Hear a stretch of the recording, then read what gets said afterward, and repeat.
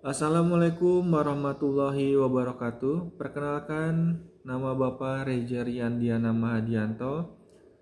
Bapak di sini sebagai staf ataupun kepala keahlian program kefarmasian. Sebelumnya, Bapak ucapkan selamat datang kepada siswa-siswi SMK Medikakom, khususnya di jurusan farmasi. Baik, Bapak akan menjelaskan sedikit tentang farmasi. Konsep farmasi di sini adalah tentang farmasi klinis dan komunitas, dan tentunya lebih untuk ke pelayanan medis ataupun pelayanan jasa medis. Adapun mata pelajaran yang kita ampu, yang pertama tentang dasar kefarmasian, menjelaskan tentang analisis obat di dalam tubuh, menjelaskan tentang cara pemakaian alat laboratorium di laboratorium farmasetika, tentang sediaan kefarmasiannya. Lalu yang berikutnya, mata pelajaran farmakognosi, menjelaskan tentang sediaan tumbuhan atau yang ada di alam. Lalu nama lain, khasiat obat, lalu tentang macam-macam simplisia yang ada di lingkungan kita. Lalu yang berikutnya ada K3LH, menjelaskan tentang bagaimana konsep tentang cara bekerja di laboratorium, di perusahaan dengan baik dan benar. Lalu berikutnya tentang undang-undang kesehatan. Undang-undang kesehatan di sini menjelaskan tentang aturan maupun peraturan yang telah ditetapkan oleh pemerintah yang harus kita patuhi dan tidak boleh dilanggar. Dan tentunya tentang penyalahan obat, tentang penggunaan obat itu mempunyai aturan tersendiri. Lalu tentang farmakologi atau mata pelajaran farmakologi. Di sini menjelaskan tentang anatomi fisiologi pada manusia, berupa perjalanan obat dari mulai masuknya obat sampai dengan pengeluarannya obat melalui ekresi di dalam tubuh. Lalu berikutnya ada pelajaran pelayanan kefarmasian. Di sini menjelaskan tentang konsep bagaimana kalian bisa bekerja dengan baik, bisa bekerja dengan santun, dan bisa bekerja dengan profesional, baik di apotek, di klinik maupun di pelayanan kefarmasian lainnya. Lalu ada mata pelajaran kimia farmasi, yang tentunya kita sudah tahu kimia itu seperti apa dan bagaimana, tapi di sini sedikit menjelaskan tentang bagaimana reaksi obat di dalam tubuh, senyawa aktif obat apakah sih yang cocok untuk di dalam tubuh kita. Jadi tidak sembarang obat yang masuk di dalam tubuh kita bisa dicerna dengan baik atau bermanfaat untuk tubuh kita semua. Baik, mungkin itu penjelasan sedikit dari Bapak tentang jurusan kefarmasian. Selebihnya Bapak akan menayangkan video tentang kefarmasiannya. Selamat datang dan tetap patuhi protokol kesehatan dan selalu jaga kesehatan. Wassalamualaikum warahmatullahi wabarakatuh.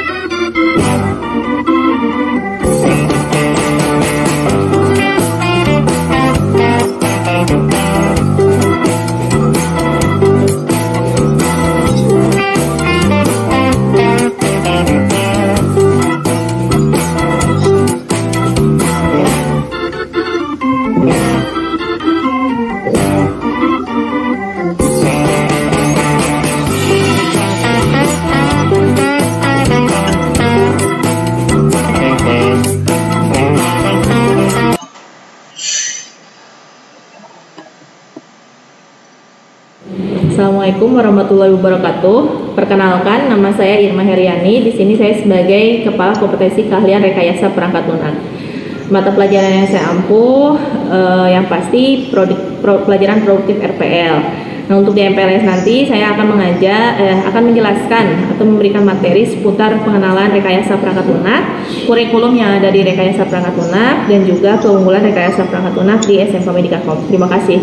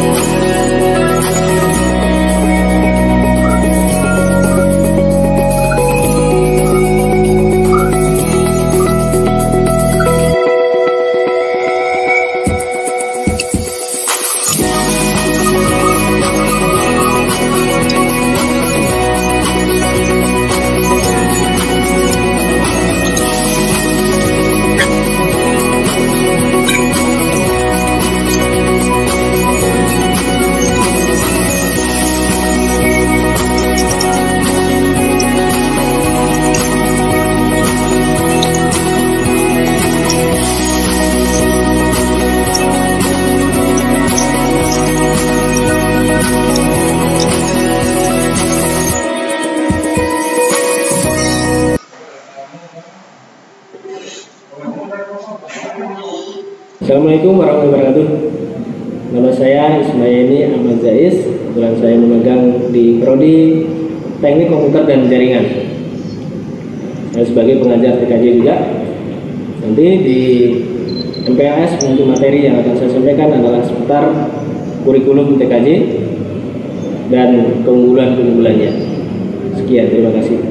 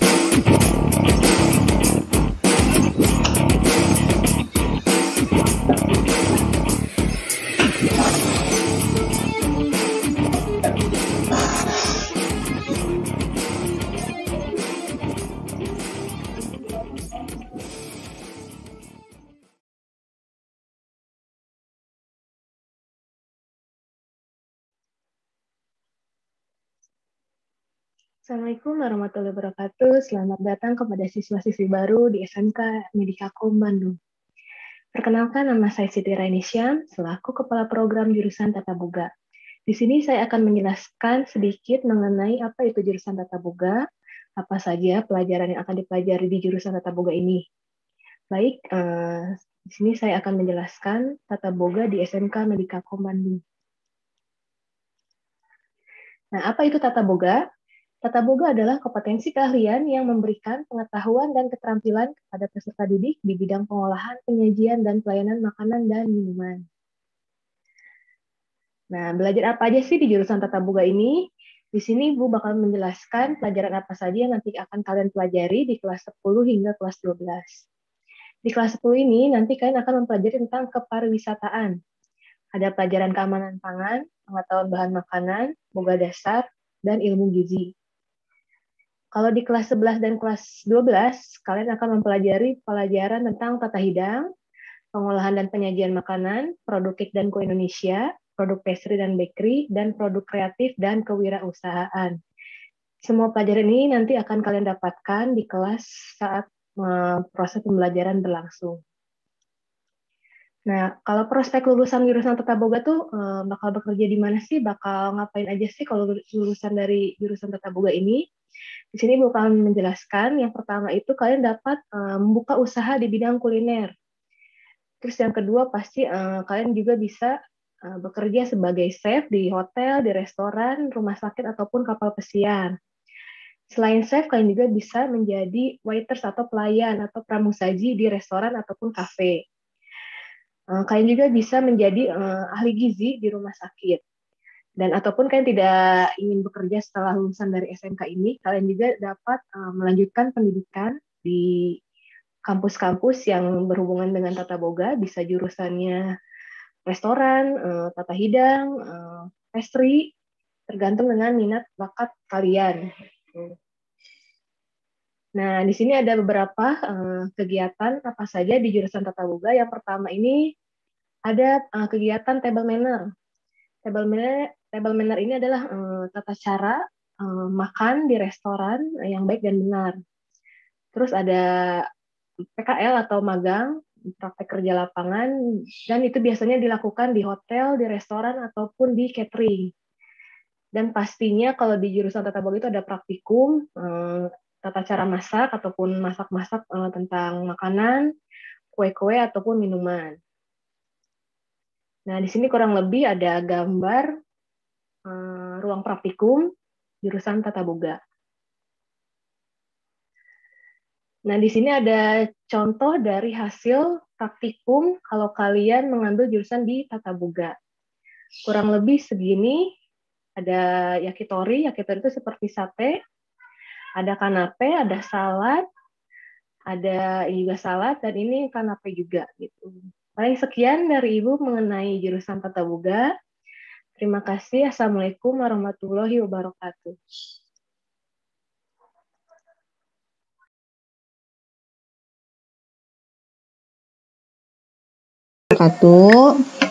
Perkenalkan, nama Ibu Rani Nurhayati, SPDMM. Kebetulan di sini Ibu menjabat sebagai Kepala Program Akuntansi di SMK Medikakom. Pada kesempatan kali ini, Ibu akan mempersembahkan materi mengenai akuntansi. Jadi biar kalian lebih mengenal atau lebih tahu akuntansi itu apa sih gitu. Jadi kalian akan banyak mempelajari dasar-dasarnya mengenai apa itu akuntansi dan apa kegiatan-kegiatan yang akan kalian lakukan di jurusan akuntansi. Kalian akan mengetahui secara garis besar. Jadi pertama, Ibu akan memperkenalkan mengenai apa itu akuntansi. Akuntansi di sini adalah suatu proses mencatat, mengklasifikasi, meringkas, mengolah, dan menyajikan data, transaksi, serta kejadian yang berhubungan dengan keuangan, sehingga dapat digunakan oleh orang yang menggunakannya dengan mudah dimengerti untuk pengambilan suatu keputusan serta tujuan lainnya.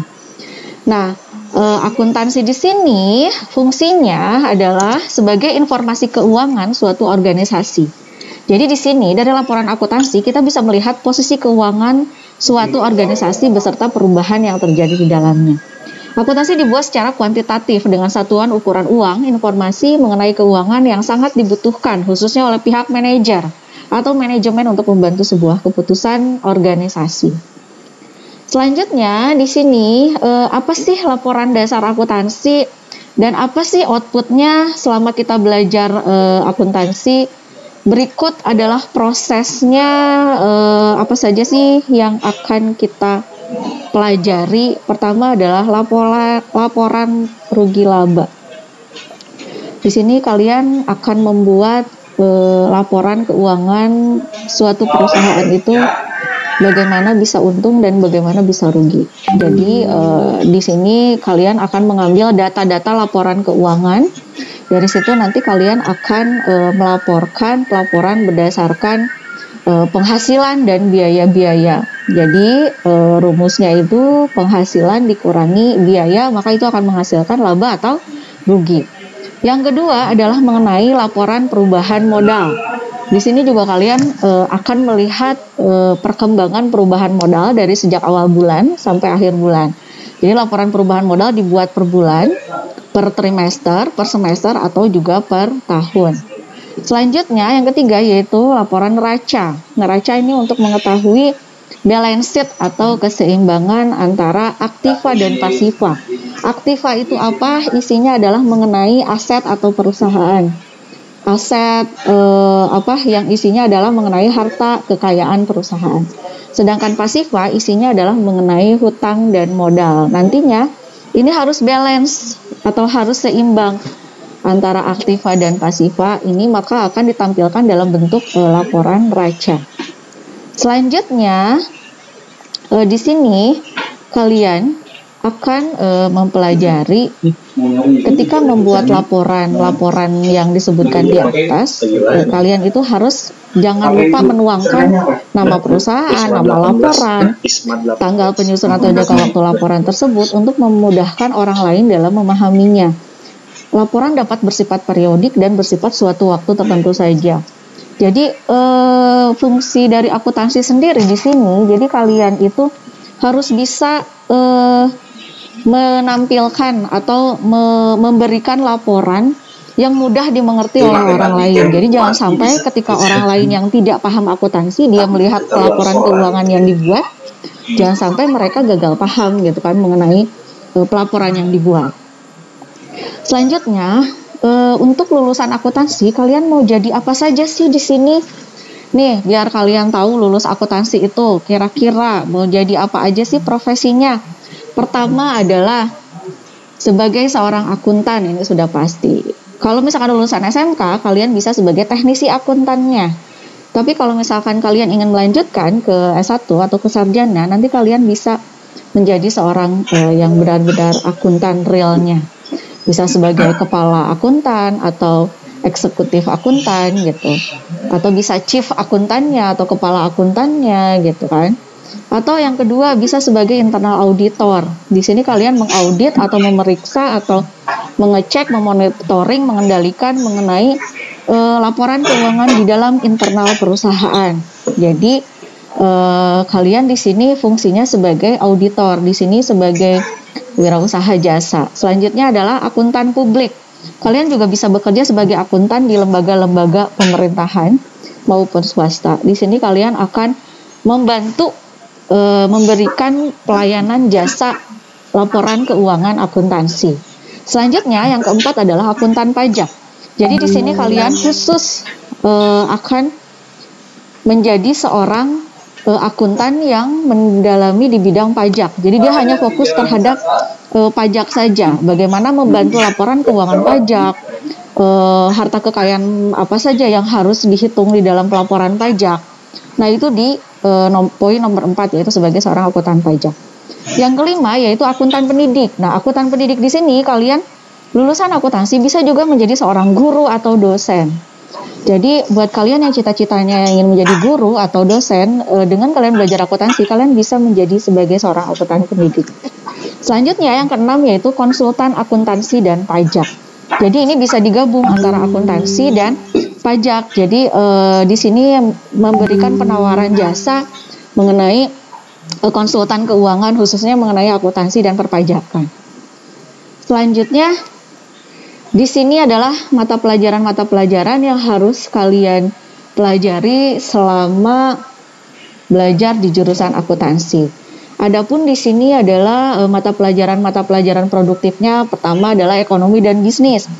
Kalian akan mempelajari ekonomi dan bisnis hanya di kelas 10 saja sebanyak 2 jam pelajaran.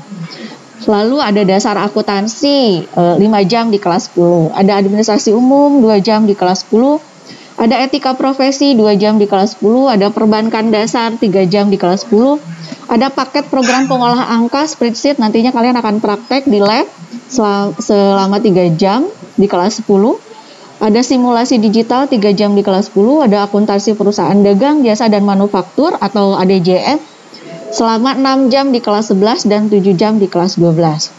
Selanjutnya ada akuntansi keuangan sebanyak 6 jam di kelas 11 dan 12, ada komputer akuntansi atau MAYOB 5 jam di kelas 11 dan 12, ada administrasi pajak 3 jam di kelas 11 dan 12. Nah, Ibu sendiri di sini akan mengajar mengenai administrasi pajak. Jadi nanti kalian akan bertemu Ibu di kelas 11 dan di kelas 12. Jadi selain pajak, Ibu pun ada mengajar yang namanya ada materi khusus mengenai produk kreatif dan kewirausahaan. Nama atau disingkat PKK. Jadi bukan PKK mengenai yang kalian tahu ya selama ini ya menjahit atau misalkan yang berhubungan dengan PKK, bukan, tapi PKK di sini adalah lebih kepada produk kreatif dan kewirausahaan. Nanti kalian juga akan bertemu Ibu di mata pelajaran tersebut. Di sini kira-kira siapkah Anda mempelajari melakukan kegiatan dan memasuki dunia akuntansi? Jika sudah siap, mari langsung segera bergabung bersama Ibu dan bersama kakak-kakak kalian di jurusan akuntansi. Satu cara saja untuk menghadapi semuanya biar kalian bisa betah atau bisa nyaman di akuntansi, yaitu dengan harus mencintai akuntansi. Jadi kalau kalian sudah mencintai, pasti kalian akan rela melakukan apa saja demi lulus di jurusan akuntansi. Oke. Berikut adalah kegiatan-kegiatan siswa-siswi akuntansi selama di Medikacom. Kalian bisa lihat. Pertama ada kunjungan observasi ke beberapa bank, pelatihan table manner di hotel-hotel. Nanti ini dilakukan ketika kalian melakukan kunjungan industri ke perusahaan. Biasanya sih kita melakukan kunjungan industri itu khusus yang jurusan akuntansi itu ke Yogyakarta. Jadi banyak hal-hal yang akan kalian pelajari di perusahaan nantinya. Selanjutnya ada kegiatan yang termasuk pelajaran untuk berbisnis, terus untuk praktek kewirausahaan, praktek bazar untuk produk kreatif dan kewirausahaan. Nanti juga kalian akan mengalami atau melakukan kegiatan praktek kerja industri atau PKL yang kalian tahu, praktek kerja lapangan. Atau ada juga student action atau pertukaran pelajar di luar negeri. Selanjutnya berikut adalah tampilan foto-foto kegiatan-kegiatan jurusan akuntansi di SMK Medikacom. Bisa kalian simak. Nah, ini ada kegiatan pembekalan PKL. Jadi nanti untuk kalian selama awal pembelajaran di kelas 3 nanti kalian akan menjalani PKL atau praktek kerja lapangan atau prakerin praktek kerja industri. Ini dilakukan pembekalan dulu sebelum kalian memasuki perusahaan. Selanjutnya, ini ada kegiatan workshop bagi guru-guru. Banyak pelatihan-pelatihan. Nah, ini juga nanti ada akuntan yang datang ke sekolah untuk mengajar. Jadi biar kalian tahu akuntan itu seperti apa sih, apa saja sih yang harus dilakukan sebagai seorang akuntan. Nanti juga kalian akan melakukan praktek pembelajaran di sekolah juga. Akan melakukan praktek kewirausahaan atau dengan mengikuti bazar atau membuat bazar. Lalu ada kegiatan pembelajaran praktek nih, praktek kewirausahaan. Ada juga kunjungan ke perusahaan yang ada di Bandung, disesuaikan dengan mata pelajaran masing-masing. Ini berikut adalah foto ketika kakak-kakak kalian melakukan survei ke bank-bank yang ada di Bandung. Selanjutnya ini kegiatan PKL. Jadi kebetulan ini di beberapa instansi atau beberapa industri dunia usaha sedang melakukan PKL. Selanjutnya ini beberapa kegiatan di KBM atau kegiatan belajar mengajar di kelas. Selanjutnya ini kegiatan ketika melakukan praktek di lab. Praktek di lab kalian nanti ada 3 mata pelajaran. Di kelas 10 nanti kalian akan bertemu dengan spreadsheet bersama Pak Rizky. Terus nanti juga akan belajar Mayob di kelas 11 dan kelas 12. Juga nanti akan belajar simulasi digital di kelas 10. Selanjutnya ini ada kegiatan kunjungan industri. Nah, kebetulan kemarin kunjungan industri itu setelah ke Sritex yang di Solo, kalian akan mengunjungi Candi Borobudur sambil wisata. Nah, ini Sritex yang ada di Solo yang tadi Ibu ceritakan. Ini ada foto Sritexnya. Sritex itu merupakan perusahaan terbesar loh yang memproduksi seragam-seragam militer ke seluruh dunia. Itu sekitar lebih dari 100 negara yang sudah mereka salurkan untuk ekspor di PT Sri Rezeki itu, atau bisa disingkat Sritex. Selanjutnya kalian akan melakukan table manner di hotel yang ada di Yogyakarta.